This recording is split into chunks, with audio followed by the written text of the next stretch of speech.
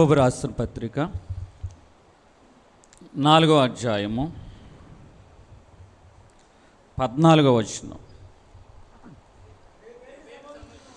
రేపు ఏమి సంభవించునో మీకు తెలియదు, మీ జీవమో ఏపాటిది. మీరు కొంతసేపు కనబడి అంతలో మాయమైపోవు ఆవిరి వంటి వారే. కనుక ప్రభు చిత్తమైతే మనము బ్రతికి ఉండి ఇది అది చేతుమని చెప్పుకొనవలను. చాలు. ఈరోజు మన ప్రసంగ భాగా అంశం ఏమిటంటే నేడు రక్షణ, రేపు హామీ లేదు. దీని గురించి మనము కొద్దిసేపు దేవుని యొక్క సన్నిధానంలో మనం ధ్యానం చేసుకుందాం. మనిషి భవిష్యత్తు గురించి చాలా రకాలైన ప్రణాళికలు కలిగిన వాడుగా ఉంటాడు.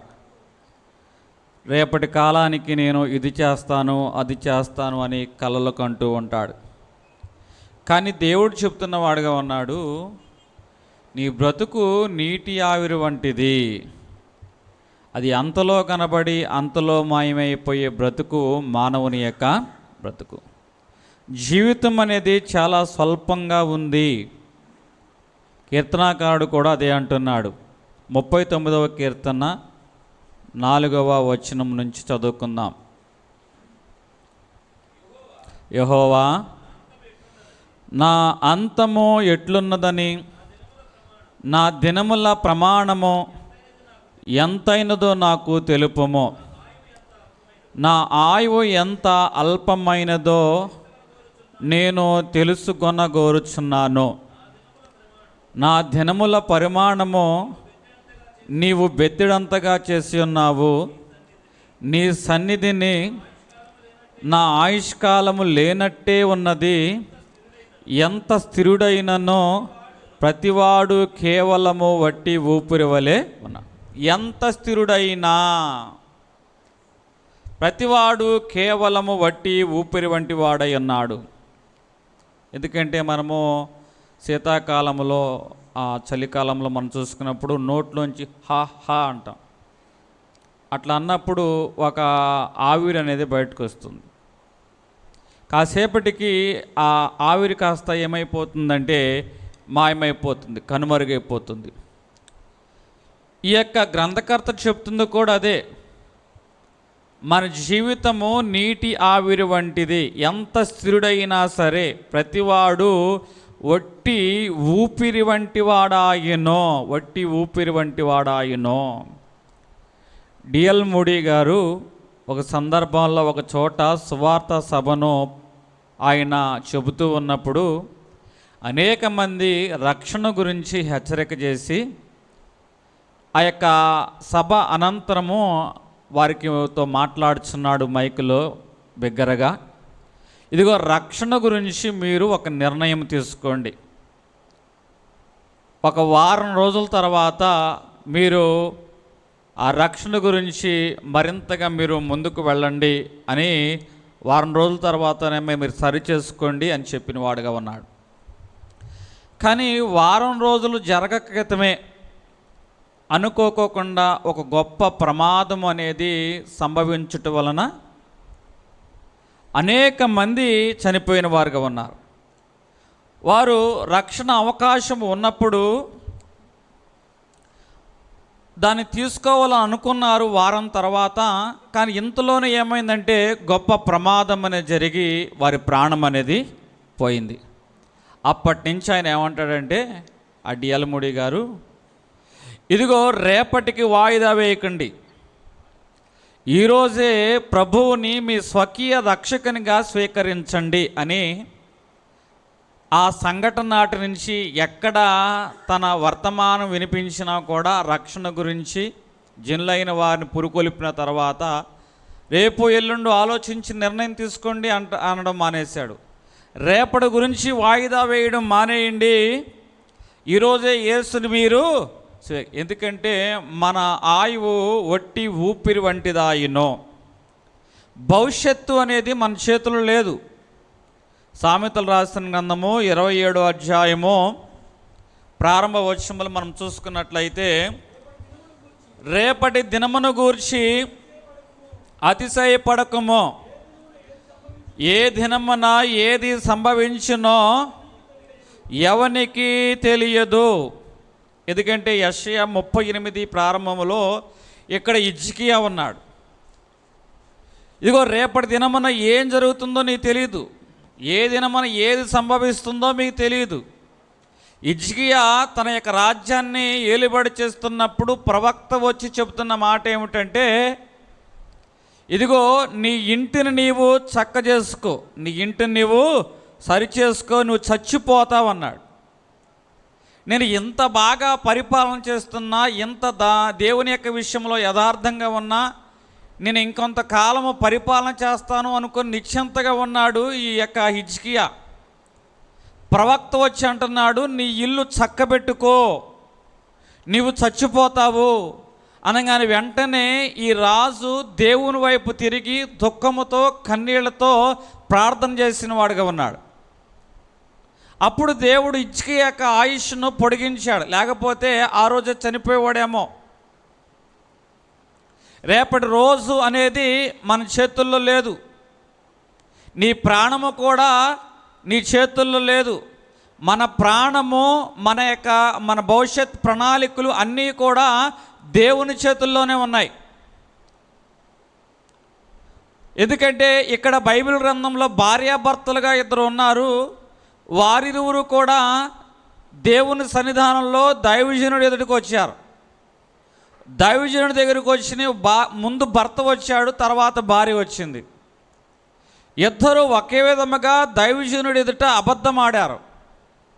అబద్ధమాడిన క్షణము తర్వాత వెంటనే భర్త మరణించాడు. అదే అబద్ధం ఆడడం వల్ల భార్య కూడా మరణించింది. అంటే ప్రాణము అనేది ఒక క్షణంలో తీయబడింది. ప్రాణము అనేది దేవుని యొక్క చేతిలో ఉంది. మన భవిష్యత్ ప్రణాళికలు కూడా మన చేతిలో లేవు, అవి కూడా ఎవరి చేతిలో ఉన్నవి? దేవుని చేతిలో ఉన్నాయి. ఒక విద్యార్థి ఎగ్జామ్స్లో పరీక్ష రాసి చాలా సంతోషంతో ఎగ్జామ్ హాల్ నుంచి బయటకు వస్తూ జీవితం గురించి ఉన్నతమైన ప్రణాళికలు కలిగి స్నేహితులతో సంతోషంగా ముందుకు వెళుతూ ఉంటే అనుకోకుండా రోడ్డు యాక్సిడెంట్ జరిగింది. ఆ రోడ్డు యాక్సిడెంట్లో ఆ విద్యార్థి ఏమైపోయాడంటే మరణించిన వాడుగా ఉన్నాడు. అంటే అతడికి రేపు ఉంది అనుకున్నాడు, కానీ ఆ రోజే ఆ విద్యార్థి మరణించిన వాడుగా ఉన్నాడు. అట్లాగే జాన్ వెస్లీ గారి యొక్క కాలంలో కూడా ఒక చోట ఒక సంఘం అనేది ఉండేది. ఆ సంఘంలో చాలామందికి జాన్ వెస్లీ గారు ఏమని చెప్పేవారంటే, ప్రభు చిత్తమైతే అని చెప్పేవారు. రేపటి గురించి అన్న సందర్భం వచ్చినప్పుడు ప్రభువు చిత్తమైతే అని చెప్పేవారు. ఆ సంఘములో ఉన్న ఒక ధనవంతుడైన వ్యాపారవేత్త తనకున్న ధనాన్ని బట్టి, బిజినెస్ బట్టి చాలా ప్రణాళికలు కలిగి ఆ ప్రణాళికలు సంఘములో కొంతమందితో మాట్లాడుచూ ఉన్నాడు. అలా మాట్లాడుచూ ఉంటే సేవకుని బట్టి ప్రేరణ పొందిన ఒక విశ్వాసి అంటున్న మాట, ప్రభు చిత్తమైతే మనం అది చేయగలుగుతామేమో అన్నాడు.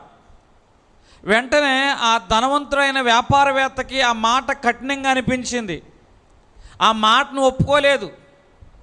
ఇదిగో నా జ్ఞానము, నా యొక్క ప్రణాళిక వీటిని నెరవేరుస్తుంది అని వారి ముందు వాదించాడు. వాదించిన ఒక 10 రోజుల తర్వాత అకస్మాత్తుగా అతడు మరణించిన వాడుగా ఉన్నాడు.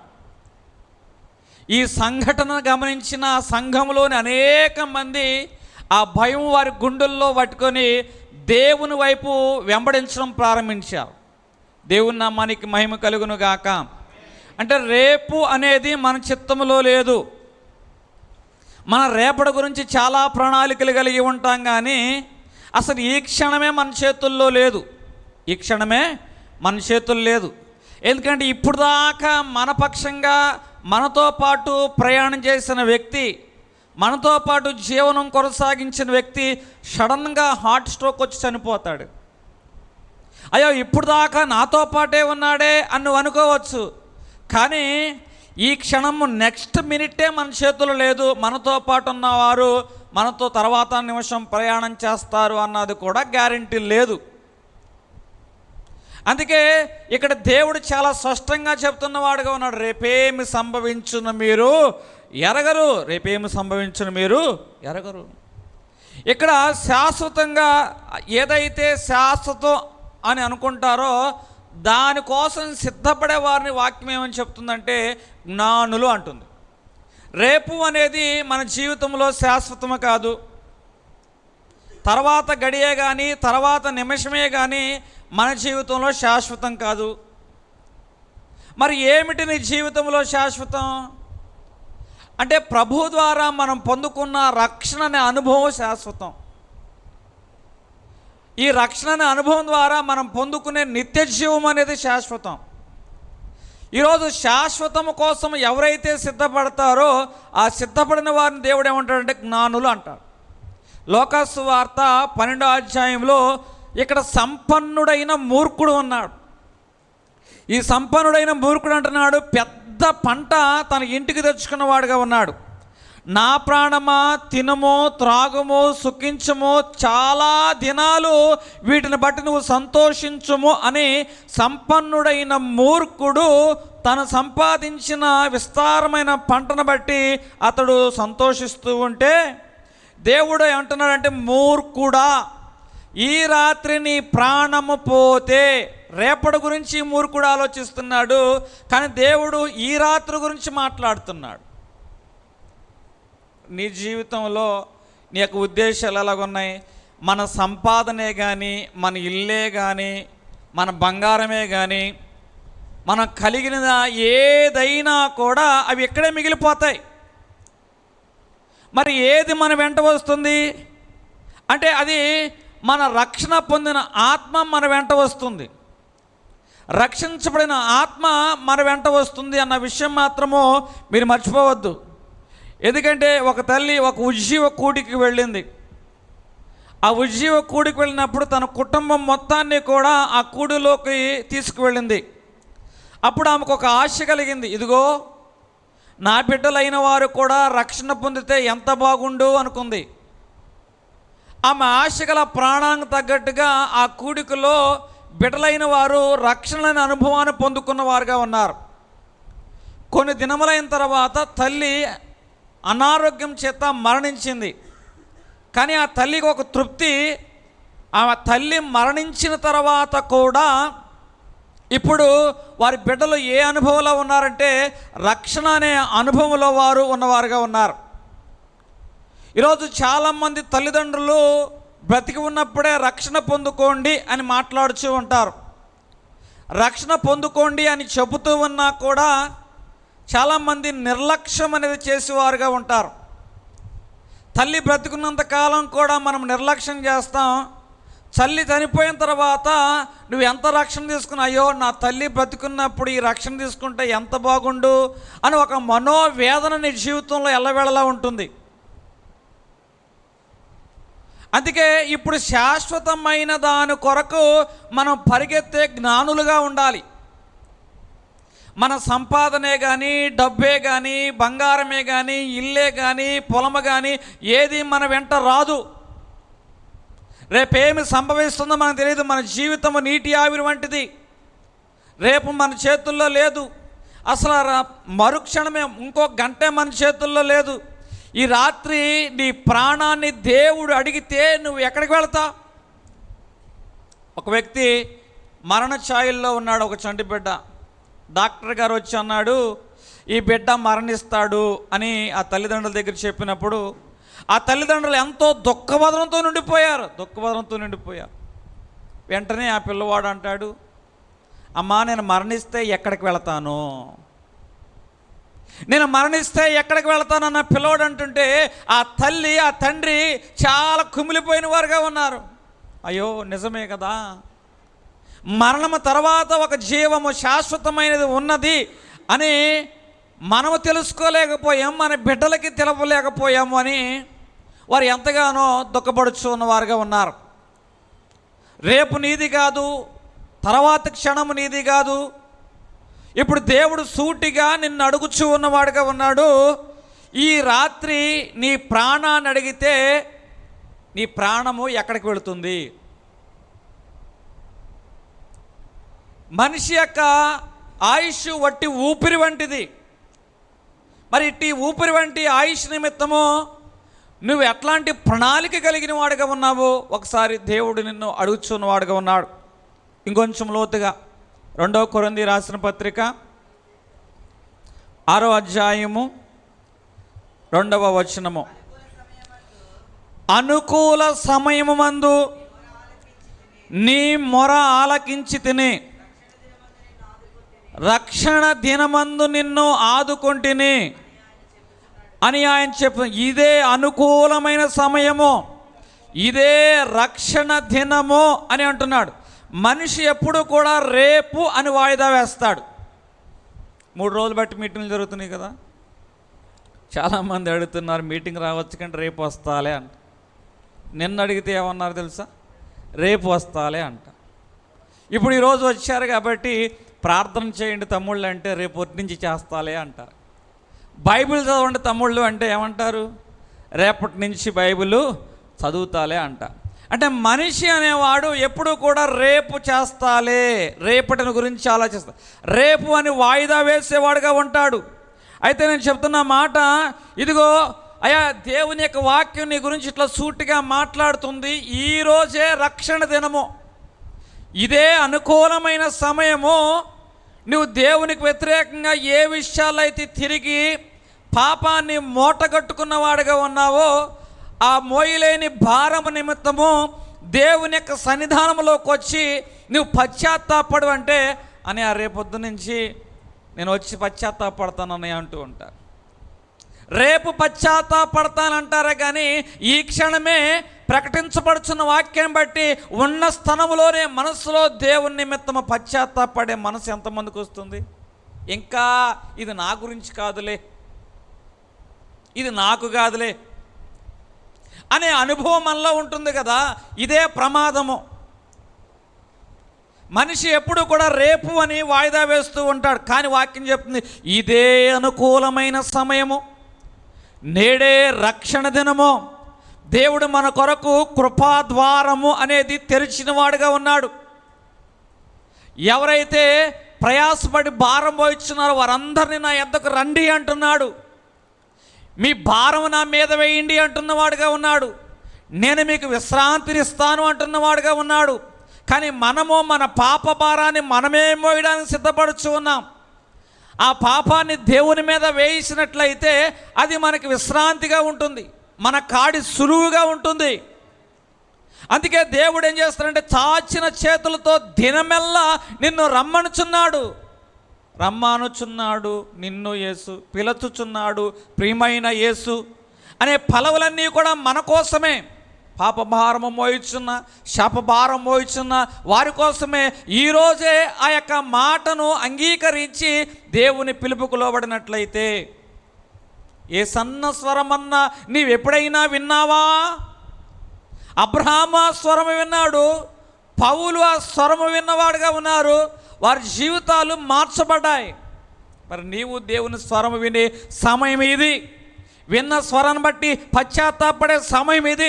రేపు అనే దానికి నీ జీవితంలో వాయిదా ఉండకూడదు.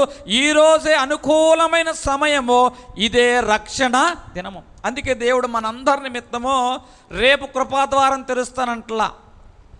మన నిమిత్తం ఆయన ఆల్రెడీ కృపాద్వారము తెరిచిన వాడుగా ఉన్నాడు. ఆయన పిలుపు విని ఆయన తట్టు తిరిగిన వారందరికీ, ఆయన యందు విశ్వాసం ఉంచిన వారందరికీ వారి దానాలు ధర్మాలు పుణ్యాలు ఏమీ చేయవసరలా, మంచి పనులు ఏమీ చేయవసరలా. దేవుడు నా స్వకీయ రక్షకుడు అని విశ్వసిస్తే కృపచేత మనం రక్షించబడతాం. హల్లెలూయా. కృపాద్వారం. నోవాహు కాలంలో 125 సంవత్సరాలు నోవాహు ఓడను కట్టిన వాడిగా ఉన్నాడు. ఓడను కట్టుచున్న ప్రతిసారి ఎందుకు ఓడ కడుతున్నావు అంటే రాబో కాలంలో వర్షం వస్తుంది, ఆ వర్షము సర్వమానవాళిని నాశనం చేస్తుంది, దాని నుంచి తప్పించబడాలంటే ఓడ కడుతున్నాను. మేము ఎప్పుడు చూడలేదే, ఎప్పుడు వినలేదే అని నోవాహును ఒక పిచ్చివానిగా ఎంచిన వారుగా ఉన్నారు. అనేక మంది జనాలు పిచ్చివానిగా ఎంచిన వాని మధ్య నోవాహు అంటున్నాడు, మీరు అందరూ సిద్ధపడి ఓడ ఎక్కండి. ఏ కష్టము లేకపోయినా, ఏ విలువ పెట్టకపోయినా మీ అందరి కోసం నేను ఈ ఓడ సిద్ధపరుస్తున్నాను అని 120 సంవత్సరాలు బట్టి నోవాహు చెబుతూ ఉన్నా కూడా చివరికి ఒక్కరు కూడా ఆ ఓడలోకి ఎక్కలేదట. దేవుడు తన కృపా ద్వారాన్ని తెరిచి రండి నా వైపు చూపి రక్షణ పొందండి అంటున్నా ఇంకా అనేక మంది మనము లోకం వైపు చూచువారుగానే ఉంటున్నాం కానీ దేవుని వైపు చూడడం. ఎందుకంటే ఒక ట్రైను బయలుదేరే సమయం అయింది. ఆ సమయం అయింది కాబట్టి ట్రైన్ బయలుదేరుకుంటూ వెళ్ళిపోతుంది. ఇప్పుడు ఆ వ్యక్తి ట్రైన్ వెళ్ళిపోతుందని గమనించిన కొంతమంది వ్యక్తులు పరిగెత్తుకుంటూ వెళ్ళారు. పరిగెత్తుకుంటూ వెళ్ళి కొంతమంది వారి సామర్థ్యం చొప్పున ఆ ట్రైన్లోకి ఎక్కిన వారుగా ఉన్నారు. ట్రైన్ ఎక్కిన వారికి ప్రయాణం అనేది ఇంకా ఉంది. ట్రైన్ ఎక్కకోకుండా మిగిలిపోయిన వారు ఉన్నారు. వారికి ప్రయాణం లేదు, మార్గం లేదు. అలాగే రాకడనే రైలు బండి వస్తున్నది అంటున్నాడు. రాకడ రక్షణ అనే బండి మన యొద్దకు వచ్చినప్పుడు సిద్ధపడిన వారు ఆ బండి ఎక్కుతారు. సిద్ధపడిన వారికి ఏముందంటే ప్రయాణం సిద్ధపరిచి ఉంది. ఆ మార్గం ఇహలోకం నుంచి నిత్య జీవంలోకి, పరలోకంలోనికి ఆ ట్రైన్ రక్షణ అనే టికెట్ మనల్ని తీసుకెళ్తుంటుంది. ఆగిపోయిన వారికి ప్రయాణం లేదు. ఆగిపోయిన వారికి ఏమి లేదు, ప్రయాణం అనేది లేదు. చార్లే పిన్ని అంటున్న వారుగా ఉన్నారు, రేపు కాదు, ఒక దైవ సేవకుడు, రేపు కాదు ఈరోజే మీ గుండెని తెరవండి. మన గుండెని ఎప్పుడు తెరవాలట? ఇవాళంతా విన్న వాక్యమని రేపొద్దున యూట్యూబ్లో చూసుకున్నానయా, తీరిగ్గా ఖాళీగా ఉన్నప్పుడు యూట్యూబ్లో చూసుకొని నేను ఒక్కడనే కూర్చొని ఉపవాసం ఉండానయా, మోకాళ్ళు ఉన్నానయా, ఎల్లుండి శుక్రవారంకి వచ్చానయా, గుళ్ళో ప్రార్థన చేసుకుంటానన్నయ్య. కాదు, రేపు కాదు ఈరోజే నీ గుండె యేసు నామములో తెరవబడునుగాక. కృపాద్వారము మన పక్షంగా తెరిచి ఉంది. అలా తెరిచి ఉన్న ఈ కృపాద్వారం మన పక్షంగా తెరిచి ఉంది కాబట్టి నేడు మనం ఏం చేయాలంటే సిలువ వైపు చూడాలి. సిలువలో ఉన్న దొంగ ఒకవైపు దొంగ ఉన్నాడు, ఇంకో వైపు దొంగ ఉన్నాడు. ఒకడు అనుకుంటున్నాడు యేసు వైపు చూడాల, ఇంకొకడు యేసు వైపు చూచాడు. అదే రక్షణ దినమని అతను ఎంచాడు. ఈ సమయం తప్ప ఇంకా సమయం నాకు రక్షణ పొందుటకు అవకాశం లేదని గమనించాడు. ఆ దొంగ, రెండవ దొంగ దేవుని వైపు చూచిన వాడుగా ఉన్నాడు. అయ్యా నీవు నన్ను జ్ఞాపకము చేసుకో. పశ్చాత్తాపడి సిలువ వైపు చూసి పశ్చాత్తాపడిన వ్యక్తి అయ్యా నన్ను జ్ఞాపకం చేసుకో అని దేవుణ్ణి ప్రాధేయపడిన వాడుగా ఉన్నాడు. అందుకే వెంటనే అన్నాడు, నేడు నీవు నాతో పాటు పరదైసులో ఉందువు. హల్లెలూయా. లోకా సువార్త 23:43 ఉంటుంది. అయ్యా నువ్వు నన్ను జ్ఞాపకం చేసుకోవంటే వెంటనే దేవుడు రేపొద్దున పరదేశంలో ఉంటానంటున్నాడా, నేడు నీవు నాతో కూడా పరదేశంలో ఉంటానంటున్నాడా? అందరు తలకాయ పైకెత్తారు. రేపు పరదేశంలో ఉంటా, నేడే ఉంటావు అంటున్నాడు. చెప్పండి, నేడు ఈరోజు నీవు సిలువ వైపు చూడగలిగినట్లయితే నేడు ఆ రక్షణ భాగ్యం మన ఎల్లరికి దయచేయునుగాక. ఎందుకంటే సంఖ్యాకాండము 21:8 ప్రజలైన వారందరూ పాము కాటుతో పడి ఉన్నారు, ప్రాణము కోల్పోయే పరిస్థితులకు వచ్చిన వారుగా ఉన్నారు. ఆ సందర్భంలో మోషే ఏం చేశారంటే ఇత్తడి సర్పమును పైకి ఎత్తిన వాడుగా ఉన్నాడు.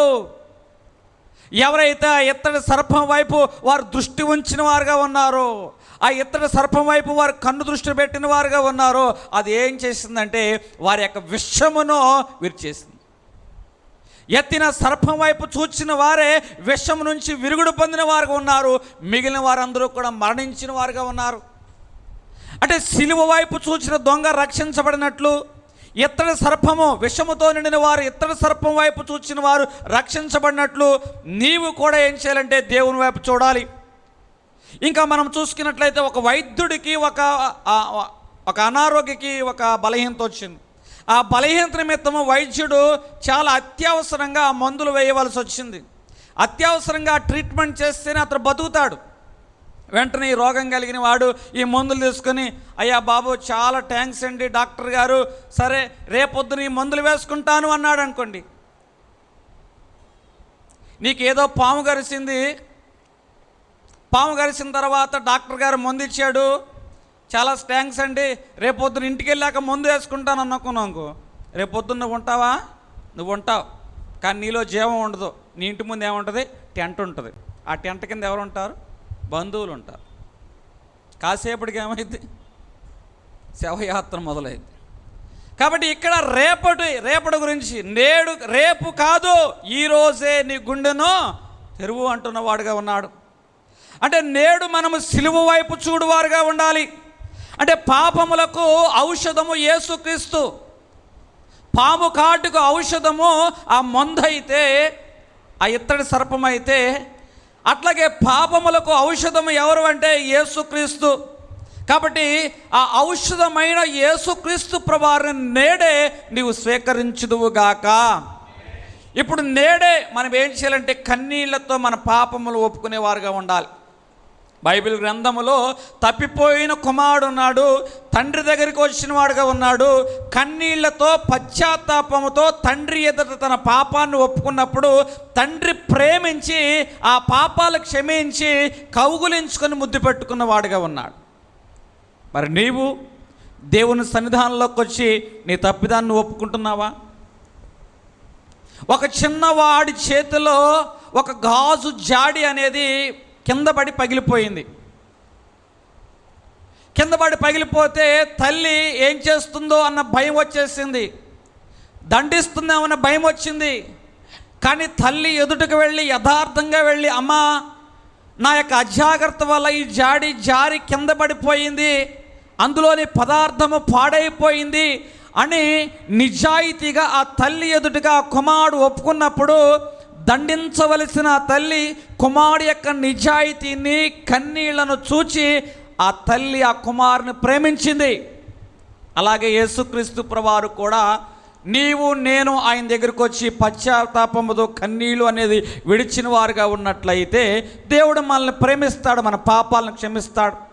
ఒక చోట ఇట్లాంటి ఉజ్జీవ కూడిక జరుగుతూ ఉన్నప్పుడు మద్యపానం అలవాట్లో ఉన్న ఒక వ్యక్తి అనేక దినాలుగా వాటి నుంచి విడుదల పొందలేక బంధించబడుచున్న వ్యక్తి విన్న వాక్యాన్ని బట్టి ముందుకు వచ్చి అందరికంటే నమాలు ఉన్నప్పుడు ముందుగా వచ్చి, అయ్యా నా పాపములకు క్షమించుము అని దేవుని యొక్క సన్నిధానములో పశ్చాత్తాపంతో అతడు ఏం చేస్తాడంటే కన్నీటితో తన పాపాన్ని ఒప్పుకోవడం ప్రారంభించాడు. ఎప్పుడైతే పశ్చాత్తాపంతో కన్నీటితో తన పాపాన్ని ఒప్పుకోవడం ప్రారంభించాడో దేవుడు అతనికి రక్షణ అనే తలుపు తెరిచిన వాడుగా ఉన్నాడు. దేవుడి నామానికి మహిమ కలుగును గాక. హల్లెలూయా. నేడే నువ్వు దేవుని యొద్దకు వచ్చి నీ పాపములు నీవు ఒప్పుకునేవాడుగా ఉండాలి. నేడే నువ్వేం చేయాలంటే ఒక నిర్ణయం తీసుకోవాలి. ఏంటా నిర్ణయం? యెహోషువ అంటున్నాడు 24:15 ఇదిగో ఏదో ఒకటి మీరు ఒక నిర్ణయం తీసుకోండి. ఈరోజు మీరు ఎవరిని సేవించుదురో తేల్చుకోండి. నేనైతే నేనునో నా ఇంటి వారును ఈరోజే మీరు తేల్చుకోండి. నేను తేల్చేసాను, నేను నా ఇంటి వారు ఎవరిని సేవిస్తామో యెహోవాని సేవిస్తామని తేల్చేశాడు యెహోషువ. రేపటికి వాయిదా వేశాడా? లేదే. మరి ఈరోజు నీవు 2 మార్గముల మధ్య నిలబడి ఉన్నావు. 2 మార్గాల మధ్య నిలబడి ఉన్నప్పుడు నిర్ణయం అనేది వెంటనే తీసుకోవాలి. ఆలస్యం చేయకూడదు. ఆలస్యం చేస్తే అక్కడ నిలబడలేవు. అట్ ది సేమ్ టైం అక్కడ నిలబడడం వల్ల నీకు ప్రమాదము, ఎటు నుంచి వచ్చే వాహనం వస్తుందో తెలియదు, ఆ వాహనాల ద్వారా నీకు ప్రమాదం. 2 మార్గాల ఉన్న చోట వెంటనే నిర్ణయం తీసుకోవాలి. నేడే ఆ యొక్క యెహోషువ అన్నాడు, నేను నా ఇంటి వారు యెహోవాను సేవిస్తా. మీరేంటో నిర్ణయం తీసుకోండి. నేడే నేను ఈరోజు నా యెహోవాను సేవిస్తాను అంటున్నా. మరి ఈరోజు నిర్ణయం నువ్వు తీసుకుంటున్నావో లేదా? ఎందుకంటే ఒక యువకుడు ఒక రక్షణ కూడుకు వచ్చిన వాడుగా ఉన్నాడు. ఇటువంటి అనుభవపూర్వకమైన వర్తమానం అతడు వింటూ అతడు ఏం చేయాలనుకున్నాడంటే రక్షణ అనుభవం తీసుకోవాలనుకున్నాడు. ప్రక్కన వారితో కూడా నేను రక్షణ తీసేసుకుంటాను అన్నాడు. దైవ సేవకుడి దగ్గరికి కూడా వచ్చాడు.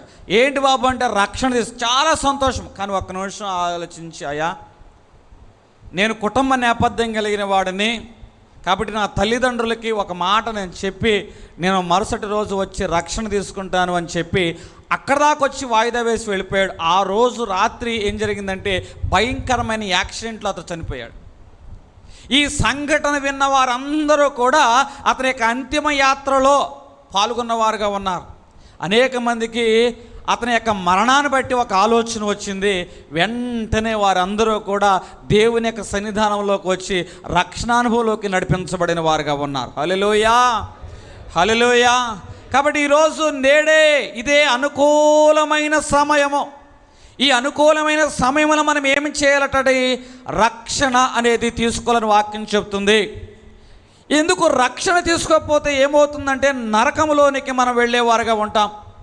నరకంలోకి ఎవరు వెళతారు? సహజంగా బైబిల్ గ్రంథంలో నరకంలోకి వెళ్ళేవారు పిరికివారు, నరహంతకులు, చోరులు, వ్యభిచారులు అని ఒక లిస్టు అనేది కనపడుతుంది. మనము మన దైనందిక జీవితంలో కొన్ని వ్యర్థమైన అలవాట్లు కలిగిన వారంగా ఉన్న ఈ అలవాట్లు మనల్ని పాపానికి తీసుకొచ్చాయి. పాపం వల్ల వచ్చు జీతము మరణము. దేవుని నమ్ముకున్న వారికి మరణము లేదటండి. ప్రభువునందు నిద్రించిన వారికి మరణం లేదు. కానీ పాపం చేసిన వారికి ఏముందంటే మరణం అనేది ఉన్నది. ప్రభువు నమ్ముకున్న వాడేమో మరణం నుండి తప్పించబడి నిత్య జీవంలోకి వెళితే, దేవుణ్ణి ప్రభువుగా విశ్వసించిన వాడు, రక్షణ పొందిన వాడు కట్టండి రెండవ మరణం అనేది ఉన్నది. ఈ రెండవ మరణము పొందిన వాడు ఎక్కడికి వెళతాడు అంటే నరకంలోనికి వెళతాడు. నరకం అనేది నిరంతరం ఉండేది, అది నశించేది కాదు. బైబిల్ గ్రంథంలో లోకాసు సువార్త 16వ అధ్యాయములో ఒక ధనవంతుడు కనపడుచున్నాడు. బ్రతికి ఉన్నంత వరకు కూడా అతడికి ఎదురు చెప్పేవారు లేరు. ఇష్టానుసారంగా అతడు జీవించిన వాడుగా ఉన్నాడు. ఒకరోజు అతడు మరణం యొక్క పిలుపు అందుకున్నవాడుగా ఉన్నాడు. ఆ పిలుపు అందుకున్న ఆ ధనవంతుడు ఎక్కడికి వెళ్ళాడు అంటే నరకంలోనికి వెళ్ళాడు. నరకంలోనికి వెళ్ళిన ధనవంతుడు నరకయాతన పడుతున్నాడు.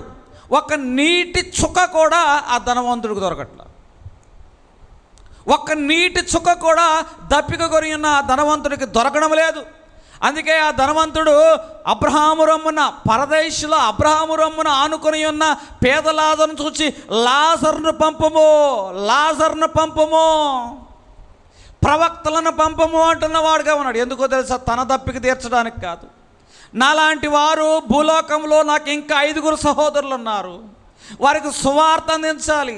సువార్త అందించిన నిమిత్తం లాజరులను పంపము, మిషనరీలను పంపము, దైవ సేవకులను పంపము అని నరకంలోకి వెళ్ళి వెనక్కి వచ్చేసి సువార్త చెప్దాం అనుకుంటున్నాడు. ఈ ధనవంతుడు నరకానికి వెళ్ళి మళ్ళీ వెనక్కి వచ్చి సువార్త చెప్దాం అనుకుంటున్నాడు. కానీ అట్లా వచ్చే అవకాశం ఉందా? అందుకే అవకాశం లేక లాజరును పంపము, మిషనరీని పంపము, దేవుని వాక్కును పంపము. నాలాగా అనేక మంది నశించిపోతున్నారే, వారికి వాక్యం తెలియడం లేదే. అందుకే ఈరోజు నిన్నటి కాలంలో అనేక మందికి మేము చెప్పిన వారుగా ఉన్నాం, ఉపవాస కొడుకులో పాల్గొనండి. వారి వాక్యాన్ని మేము తెలియజేయాలి, రక్షణ గురించి మేము తెలియజేయాలి. ఒకరోజు ఈ తనువు చాలించిన తర్వాత రక్షణ అనుభవం లేకపోతే నిజముగా ఉన్న నరకంలోనికి వారు వెళ్ళిపోతారు. వారికి వాక్యం ప్రకటించకపోతే మా బాధ్యత పూర్తి కాదు. అందుకే అనేక మందిని పురుకొలపండి అని చెప్పాం. నా అంతటి నేనుగా అనేక మందిని పురుకొలపడానికి నా అంతటి నేను ప్రయత్నం చేసిన వాడుగా ఉన్నాను. ఎందుకంటే ఈ వార్త వారికి చెప్పాలి. ఏ వార్త చెప్పాలి? ధనవంతుడు నరకంలో నరకయాతన పడుచు ఒక చుక్క నీరు కూడా లేకుండా బాధపడుతున్నాడే. ఈరోజు ఏది మన వెంట రాదు. సంపాదన, డబ్బు, బంగారం, ఆస్తి ఏది మన వెంట రాదు. రక్షణే మనకు నిత్య జీవం ఇస్తుంది అన్న విషయం మీరు తెలుసుకోవాలి. వాయిదాని అనుభవాలు మన జీవితంలో ఉండకూడదు. ఎందుకంటే ఒకరోజు ఒక బిల్డింగ్లో ఒక అగ్ని ప్రమాదం జరిగింది. అగ్ని ప్రమాదం జరగగానే వెంటనే అనేక మంది ఆ ప్రమాదంలోంచి తప్పించుకోవడానికి చాలా ఎంత అవకాశం ఉంటే అంత వేగంగా తప్పించుకునే ప్రమాదం చేస్తున్నారు. కానీ కొంతమంది ఉన్నారు, ఇప్పుడు కాదులే కాసేపు అయిన తర్వాత రేపు మనం ఈ బిల్డింగ్లోంచి బయటికి వెళదామంటే వారి ప్రాణం రక్షించబడుతుందా? అక్కడ ఉన్న అగ్ని అనేది నిజం. ఆ నిజమైన అగ్ని బట్టి మనం ఇప్పుడు తొందరపడకపోతే రేపటికి మనం ఉండము అన్న విషయం వారు గమనించారు. కాబట్టి అనేక మంది ప్రాణాలు రక్షించుకోవడానికి ఆ యొక్క బిల్డింగ్ నుంచి త్వరగా వేగంగా కిందకి దిగుతున్నారు. అట్లాగే నరకము అనేది నిజం. అది నిజమని మనకు తెలిసినా కూడా రేపని ఎల్లుండని మనం ఏం చేస్తున్నామంటే వాయిదా వేయవార్చున్నాం. కానీ సిలువ వైపు మనము చూచువారుగా లేము, కన్నీళ్ళు విడిచి పశ్చాత్తాపం పొందువారుగా లేము. మన కొరకు ఆయన కృపాద్వారము తెరిచాడు కదా, తెరిచిన కృపాద్వారం వైపు మనం ప్రవేశిద్దామో, యేసుక్రీస్తు ప్రభువుని మన స్వకీయ రక్షకంగా అంగీకరిద్దామన్న ఆలోచన ఎవరికి రావడం ఇది శోచనీయమో. ఇంకొంచెం మనం చూసుకున్నట్లయితే నరకములో అగ్ని ఆరదు, పురుగు చావదు. అది ఒక నిరంతరమైన బాధ. ఒక్కోసారి మన జీవితంలో ఏదో ఒక తప్పు చేస్తాం. చేసిన తప్పును తలంచుకున్నప్పుడు మన యొక్క మనస్సాక్షి మనం గద్దించినప్పుడు, అయ్యో ఆ పాపం చేయకుండా ఉండే పని, ఆ తప్పు చేయకుండా ఉండే పని, ఆ మాట అనకుండే పని, ఆ మార్గంలో వెళ్ళకుండా ఉండే పని అని గుర్తొచ్చినప్పుడల్లా, మనస్సాక్షి గద్దించినప్పుడల్లా మనం ఏం చేస్తామంటే పశ్చాత్తాపడతాం. కానీ ఇది భూమి మీద మనం ఉన్నాం, కానీ అది మనంతగా ఆ పశ్చాత్తాపం మన మనసులో ఉన్నా కూడా అది నిరంతరము పశ్చాత్తాప భావం అనేది చేస్తుందంటే మన మనసును పీకేస్తూ ఉంటుంది.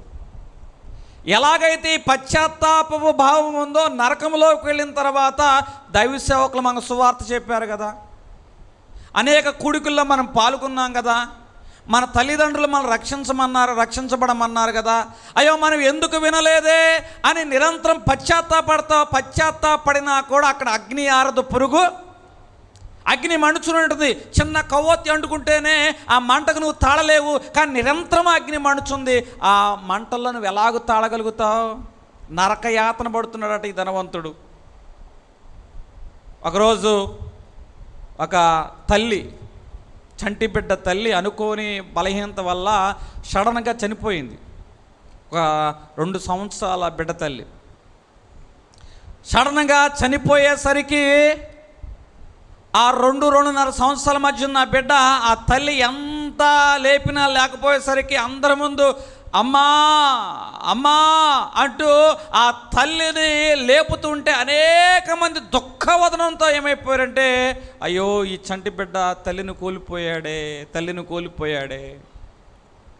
ఆ చంటి బిడ్డ ఒక్కరోజు ఆ తల్లి తన బిడ్డ ముందు స్పందన లేకపోయేసరికి అంత దుఃఖవదనంతో ఆ చంటి బిడ్డ, ఏమీ తెలియని చంటి బిడ్డే అంత దుఃఖం చేస్తుంటే,